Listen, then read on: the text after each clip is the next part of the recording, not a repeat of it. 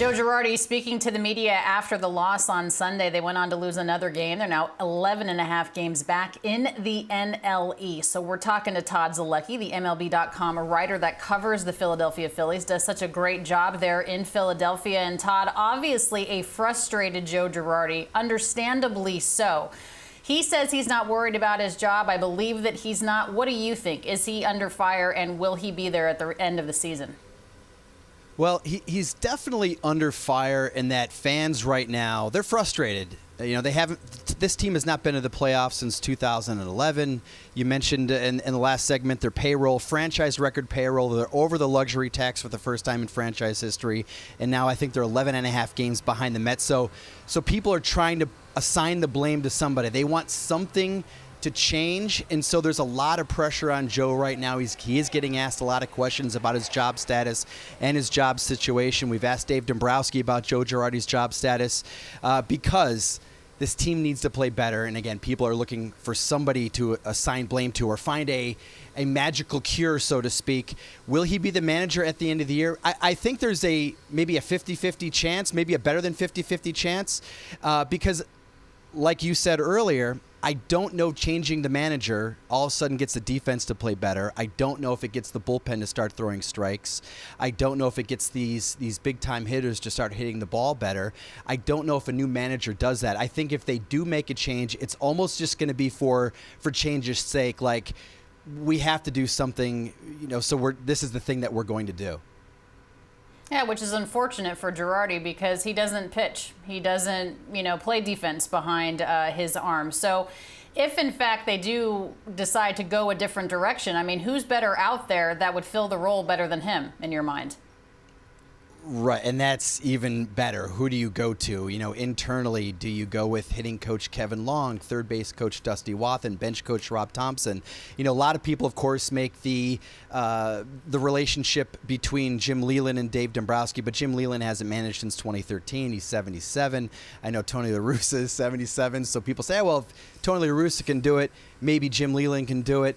I don't know that there's an obvious answer, and for that reason, again, I also think for that reason, Joe sticks around. But there is a lot of pressure on this team. I know Phillies owner John Middleton, he is beyond frustrated that this team has not played better, that he has spent hundreds of millions of dollars over the past several years, and this team has finished only over 500 once since 2011. What's your update for us, Todd, on Bryce Harper? Obviously, they need him, but he's very limited in terms of what he can do. Yeah, so he had that PRP injection in his right elbow. He's got a slight tear in the right elbow. He had that a couple Sundays ago in Los Angeles. So he's probably at least another 2-3 weeks from just picking up a baseball and playing catch. So he's a long way away from possibly playing right field again. Maybe late July, early August, optimistically, for Bryce to get back out in right field. Now, I asked him, I said, is there a chance that you don't play right field all this season? And he said, I hope not. I'm planning on playing right field again. And, it certainly would make a difference.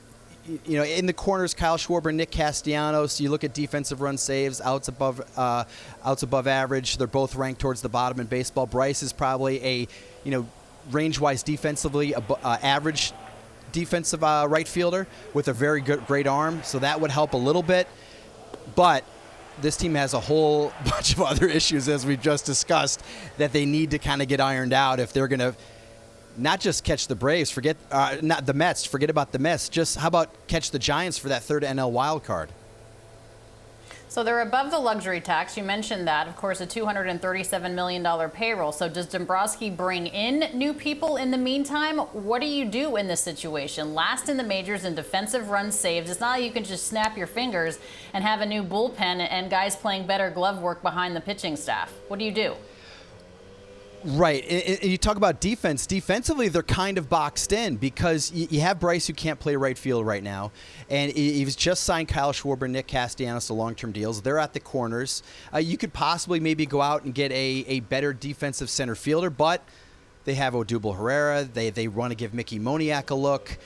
Defensively at the corners in the infield, you have Rhys Hoskins and Alec Boehm. I don't really see either of those two guys going anywhere. So where do you turn? Where do you look at? Maybe it's the bullpen. The Phillies don't have a lot of trade chips at the upper levels, position-wise. One guy is Logan O'Hoppe. He's a Double-A catcher. You look at JT Realmuto's got several more years left on his deal, so maybe they move him to get some bullpen help. But how much does one bullpen arm help if all these other issues are going on? I really think it's going to come down to they need this offense to hit. They went into this season, Alanna, saying we need this team to be like a top 5 offense in runs per game. They're going to have to overhit the defensive shortcomings, maybe some shortcomings in the bullpen, and that's another big issue right now. They're just not hitting as the way that they expected.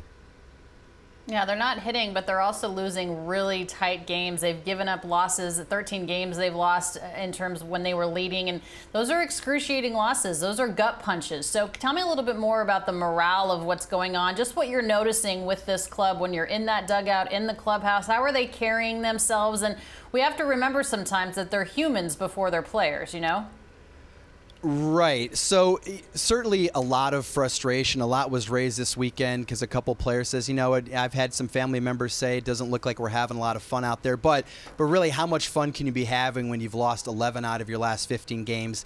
They've had 5 late inning losses just in the month of May alone.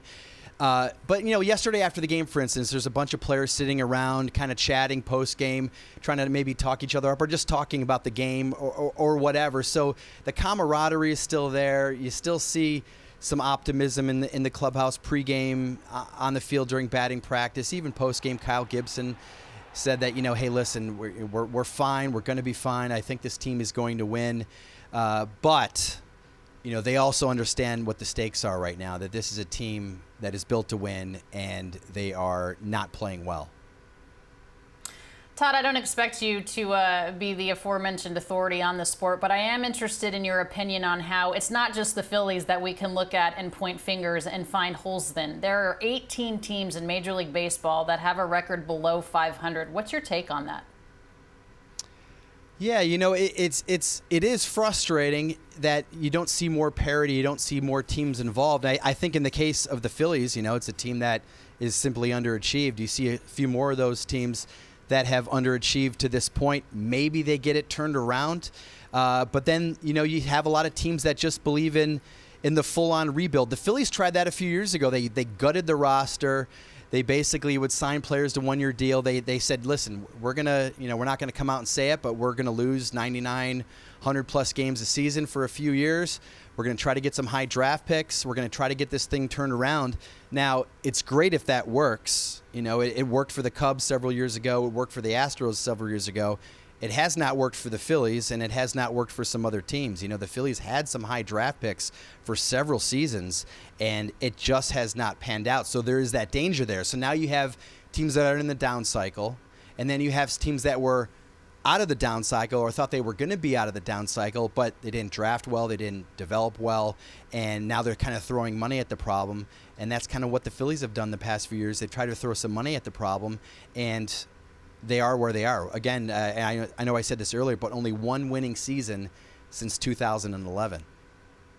Yeah, and that doesn't fly for those Phillies fans, of course. Philadelphia, a great city, but a tough city to play in. They demand better than what they're getting. Todd Zolecki, MLB.com beat writer, does a great job covering the Phillies. We appreciate your time. Thank you.